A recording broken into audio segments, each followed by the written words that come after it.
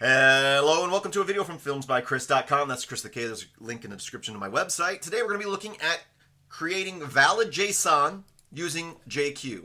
JQ should be in the repositories for your distribution. Go ahead and install it. It's a very useful tool. Most of the time we use it to format and search through JSON that already exists, but today we're going to create valid JSON. So we're going to use JQ-N, then we're going to give it some arguments. We'll say --arg, and we'll say username, and then I'll give it a name. Then we'll do --arg, and we'll say site, and then we'll give it a site name, and then we're going to finish that off with $args.named, and we hit that. We get some valid JSON here. Our username is Chris. Our site is filmsbychris.com, which is a great website you should check out. Of course, we can add stuff to this. I can come in here and I can say --arg phone, and then I can say in here I'll give it a phone number 555-5555. We'll do that. Now we have phone added to it. Now you might look at this and go, hey, that's almost harder than actually just typing out JSON. Yes, well, we're talking about programming, right? We're going to script this out, so you're not going to type this out every time, right?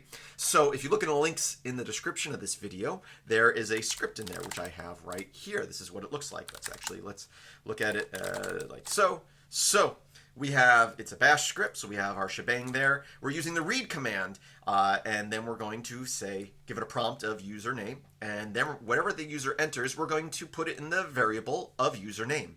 Next line is going to check to make sure they entered something, so we're making that a required entry. Doesn't have to be, but if they didn't enter anything, well, then we're just going to exit with an error, okay? If then it's going to ask for a website and put it into the variable website. If they didn't put anything, again, it's going to just exit, and then it'll run our command. So if we were to run this script, it's asking for a name. I'll just say John Smith, and then here we'll say website.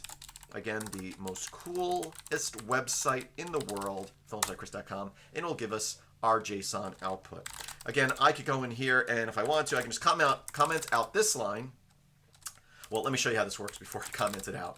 So if I was to run my script, right, if I don't enter a name, it just exits out. We can always have it, ask again or loop until they put it, but right now it just exits out. I could put in a name, but then if I don't put a website, again, it exits out, doesn't create anything.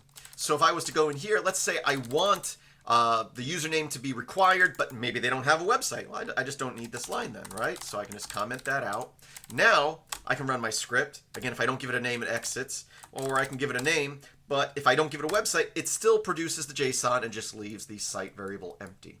Anyway, so this is great. Again, you could manually create JSON, but it's nice that this does it for you and make sure everything is proper. So again, let's say I was to run this script and I was to say Chris, and then I was to put my name or something.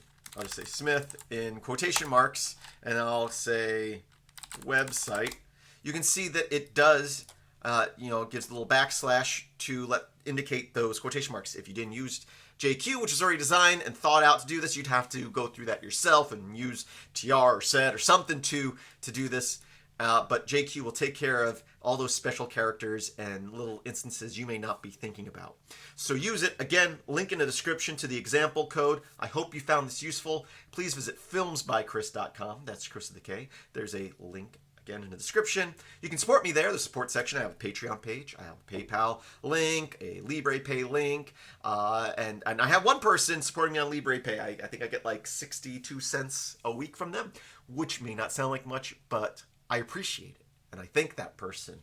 And everybody who supports me, you could be one of them. It doesn't have to be much. If you can't support me financially, think about liking, sharing, subscribing, commenting, all that great stuff. I thank you for watching, and as always, I hope that you have a great day.